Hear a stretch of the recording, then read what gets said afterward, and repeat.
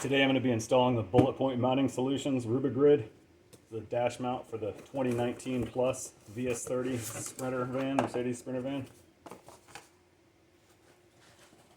This mounts over the radio bezel and it gives you mounting options all the way across the top of the dash here for everything from cameras to cell phone holders, tablets.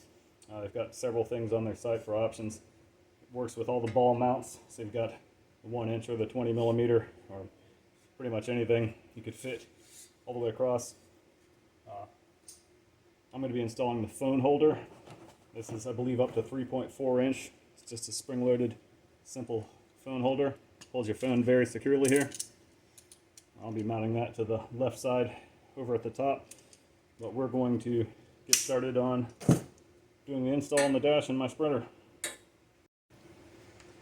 Before we get started, I should mention this kit comes with a screwdriver, a drill bit, a trim tool, a Torx bit, and a small open-end wrench as well as the hardware, so it's fairly inclusive. Looks like it may have everything we need to get it done. I will let you know after we get started. I have the Alpine Halo radio, so it's a little different than your factory head unit, but once I remove the screen, it's the same process. So let's get started. So once you get the Rubigrid in place, take an awl and mark the outboard 2 holes.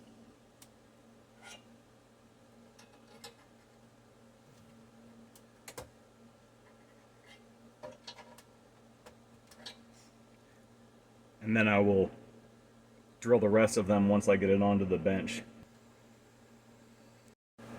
There are a couple of ways to remove the vents.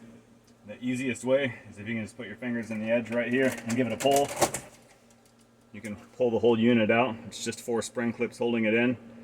Yours may be too tight to do that. In that case, there's a hole right here, and you can put your 90-degree pick in through your vent, use a flashlight and get it in there, and you can just give it a good pull. And you use that pick to find the hole on the side here, and you're just going to get a firm pull, and that'll take it right out of there. You'll see some tutorials telling you to use a trim tool to pry around the edges. If you do that, you're just going to pull off this outer trim ring and also potentially break these clips on the outer trim ring, which you don't want to do.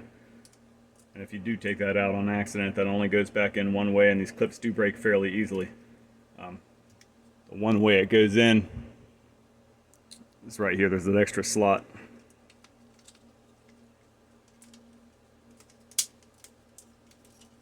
Anyway, make sure those are all locked. And that's all. I did see a review for this that said you had to block off the AC vents to install this. That is completely false. So there's no blocking off of anything. It's 6 screws going through the bezel. So just wanted to make sure I made that clear. Now that we've got those positioned marked on the top, I'm going to continue unclipping the radio bezel. Again, you could mark all 6 of the bolt locations if you want to. I'm just going to do it on the bench. I've marked the outboard too, and I can see where it's going to be located. It's mentioned in the instructions as well, but there are some models of the Sprinter have 2 Torx T20, I believe, screws that are also attaching this bezel, so make sure your model doesn't have them behind the air vents before you. And maybe the multimedia version, the one that's got the screen.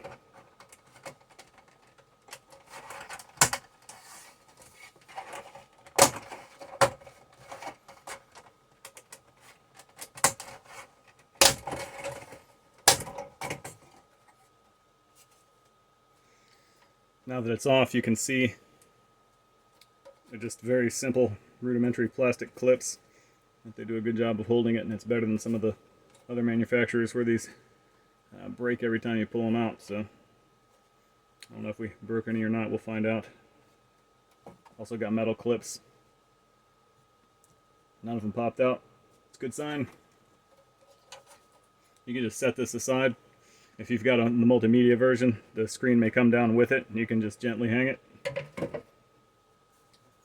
Now we've got very similar clips holding in the rest of this radio surround, and this is actually going to be what we're attaching the Rubigrid to. It's important to note that this is an inexpensive and replaceable piece, as inexpensive as any Mercedes part. If you were actually drilling into your dash for this installation, I would not be interested in doing it. I personally would never drill into the actual plastic dash of a vehicle. So you do not have to do that here. You are only modifying this bezel, and that's an important distinction for me. So keep that in mind. Now my radio adapter is actually in the way a little bit, so I'm going to be undoing these Torx screws to get the radio out, just like you would be on the factory radio or the multimedia version.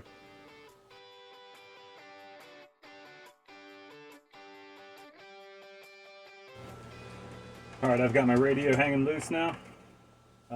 The bottom of this has plastic clips, so where you're just going to pull on the top, the bottom actually has some clips that you want to remove.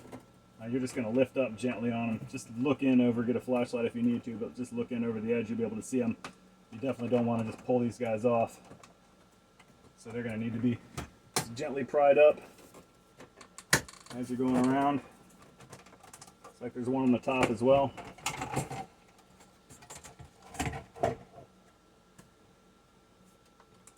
And another one on the side.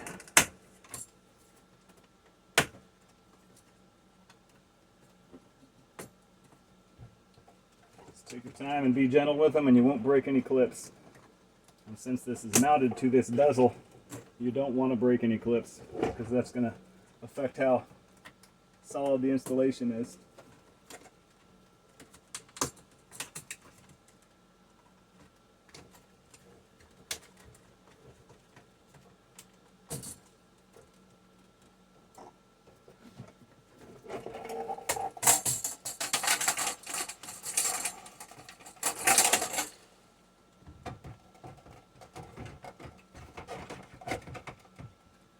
Great time to clean up wiring if you've got an aftermarket stereo, since the whole bezel's out. But this is it. This is all we're trying to get out so we can complete our process for today.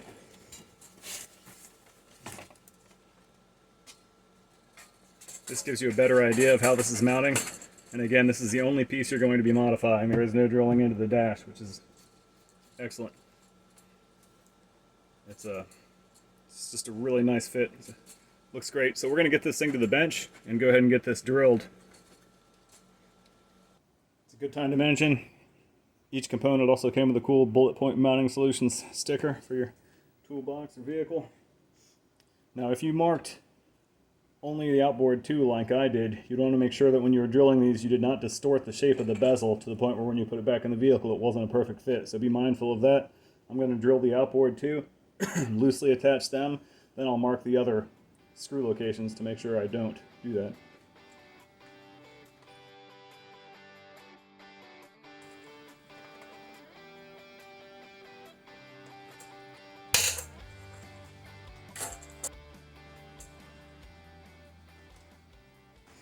At this point I'm going to remove the 6 screws from the top.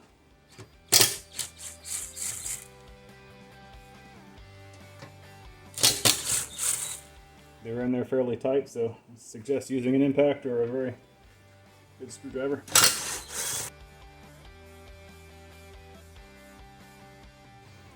Now that I've got these outboard 2 holes located and I hit them with the center punch, we're going to go ahead and drill them.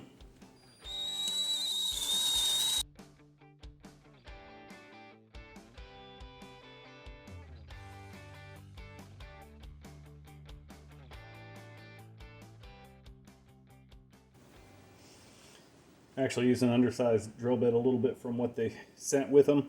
The bigger drill bit's going to be better to allow this to settle, because once you put it in the vehicle it may distort a little bit. So you're not going to tighten all this stuff down at this point. You're just going to get it snug. The instructions call for 90% snug, and then once you install it you tighten everything up. And again, that's so that when this bezel goes back in you haven't distorted it from tightening down all 6 of these screws.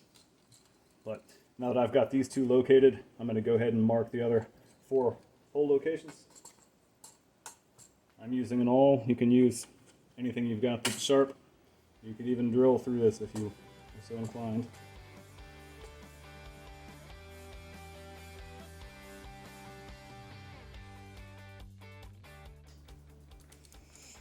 I'm actually going to drill a small pilot hole for these 4 just because it's easier.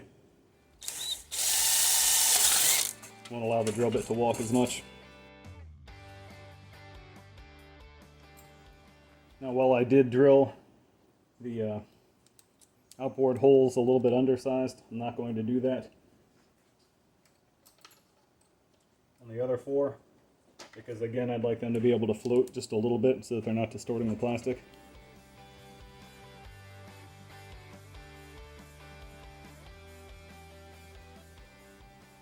So your machine screws are going to go in first from the top, and then you're going to do the washer and a nut from the bottom.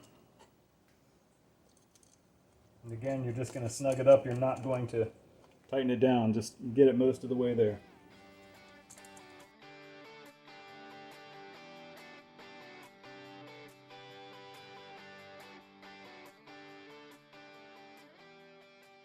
Alright, so we're installed, but it's still allowed to float. Looks great. Everything's very even. And the holes being just a tad oversized allows you to compensate for any errors you made while you were mocking it up. So now let's go ahead and get this back into the vehicle so we can get a final mock-up and decide where we want to mount our phone holder exactly. It's also a good time to clean up behind your dash. As I mentioned, I'm going to grab a wet microfiber and get rid of some of the dust and dirt back there since I'm there. Before we reinstall this, I wanted to mention the kit's got some of these kind of barrel nuts that go underneath. They've got a square on them to fit into the grooves of the Rubigrid for you to tighten down your ball mount accessories or whatever else you're attaching. They've also included 1 extra screw washer and nut for the 6 there in case you lose one, and 4 of what appear to be extras for the mounting the Rubigrid to the base. You've got to appreciate a company that gives you some spares in case you drop one in the vehicle or in case there's an error in shipping. It's great.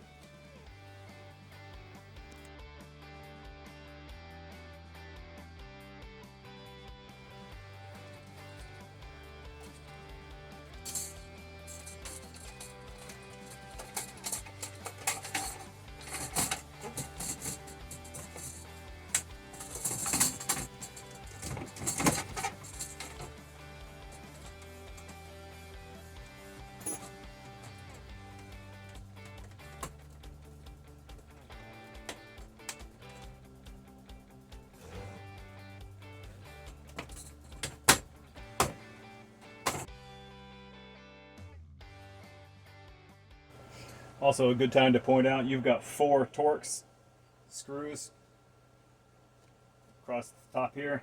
You want to make sure these are snug because any looseness in those is going to affect how snug your bezel is and also how tight the Rubigrid fits. So good time to make sure anything in here is nice and snug. Everything's snapped back in around the outside here.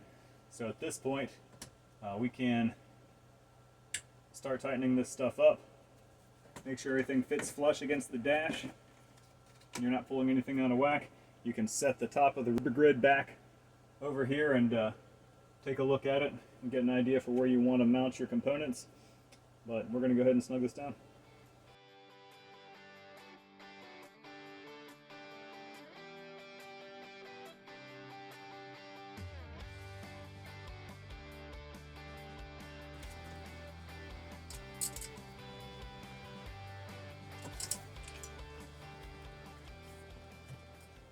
You're going to feel while you're snugging this up that this bezel is fairly flexible. It's not got a whole lot of rigidity to it, but as you snug up the Rubigrid, it's made it quite a bit more solid.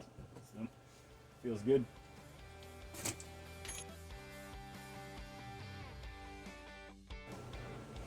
My interior is particularly dusty because I replaced this stereo before I finished my camper build in the back of the van. So I did a lot of sanding and cutting and just other dust producing activities during the build. So take any opportunity I can to clean up behind the dash.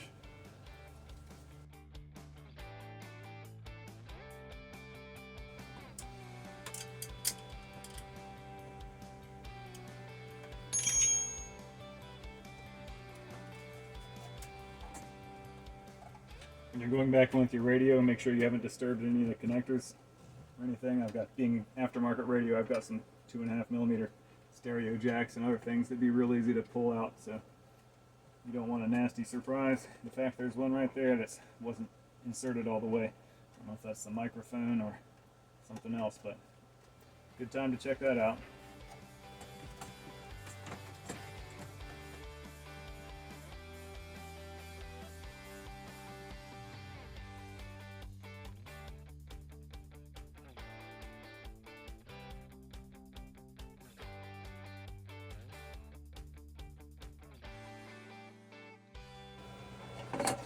So once you're sure everything's secure, you've got all 6 of your attachment points for the Rubigrid snugged down. Check all clips around the circumference here, and all these yellow metal clips. Make sure everything's in and feels pretty solid. Double check all your radio connections again. You don't want to do it twice. We're going to go ahead and take our bezel, gently work our way around the outside of that.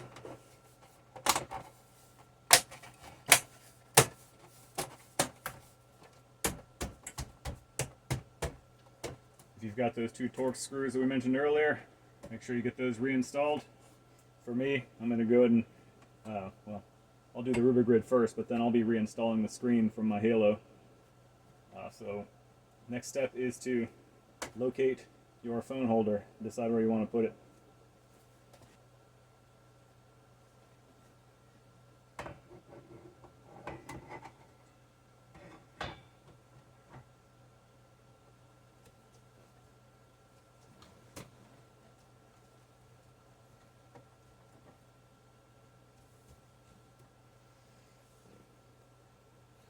It's a very nice fit in the vehicle. It's not obtrusive at all. It gives you lots of mounting options for whatever you could want to put up here. And if you don't have anything on there, it looks just fine by itself. So I'm real pleased with that, and I'm really pleased with the fact that it does not require any actual dash modification. So for me, I'm primarily using this for my phone for navigation, because there are some options for sticking into this cubby that holds your phone, but I like the layout of this and expandability, so I just want it at a point where I can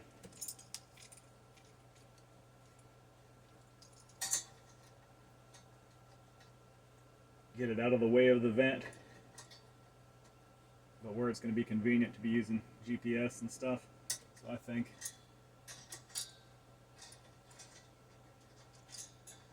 right about here is perfect.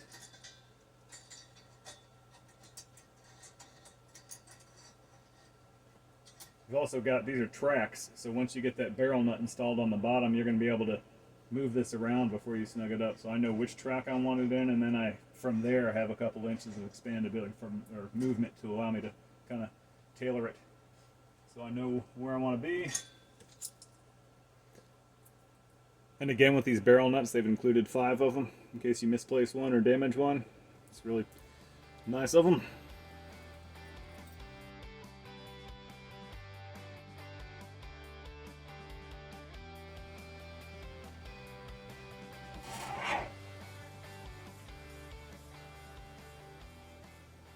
You're just going to take these barrel nuts and install them from the back. Now, if you didn't get any of Bulletpoint's mounting options to go with the Rubigrid, you may just be using regular nylock nuts or something else, whatever your other kit has included. But with all these track options, you can fit quite an assortment of items. Alright, I've got all 4 of those track nuts installed. They've included an Allen wrench for those as well. I've left them loose, so I've got a little over 1 inch of adjustability there.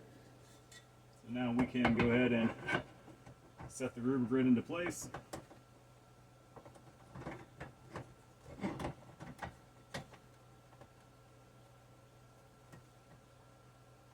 Got those 6 screws we removed earlier. I'm going to install these by hand. I removed them with the impact. Got pretty good control with my impact, but not overhead and at an awkward angle, and I don't want to damage any of this stuff. Everything's pretty nicely powder coated, and screws are nicely coated, so I like to keep them that way.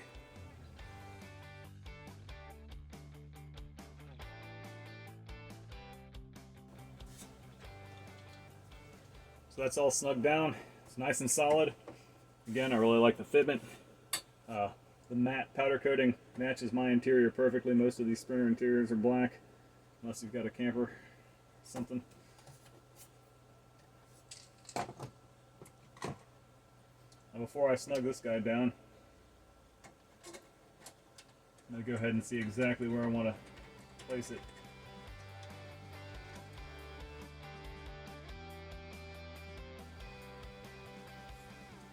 This is just excellent placement for my phone. It's higher up than it would have been if I had used one of these cubby holders. They've got a few options that you can get to go on your A-pillar, as far as not having to look away from the road for GPS instructions or whatever you probably shouldn't be doing with your phone anyway. It's a really good placement. So I'm going to snug that down right there. I like that. The beauty of having the barrel nuts on the bottom as opposed to just a traditional hex nut is I don't have to take this back off to adjust this. I've just got to loosen it, and I've got an inch or so of adjustability there, or I can take it apart and move it anywhere across the top.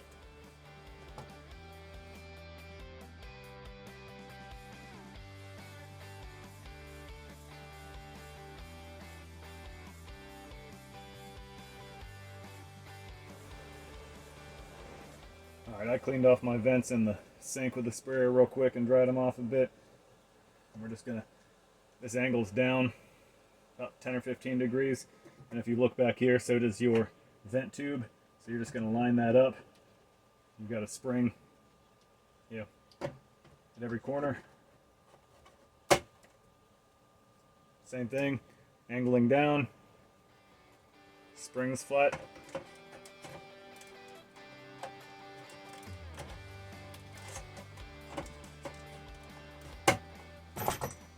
Slides right back in. Looks great.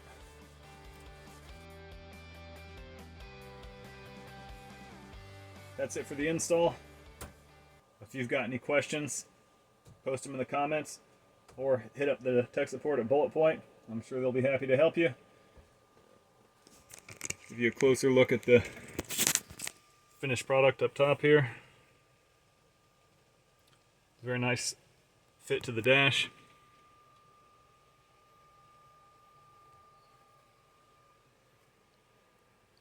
So very nice clean appearance. As always, like and subscribe, and check out the camper build if you haven't already. Almost complete. I've got videos on just about the whole process. Anyway, hope this video helps. Have a good one.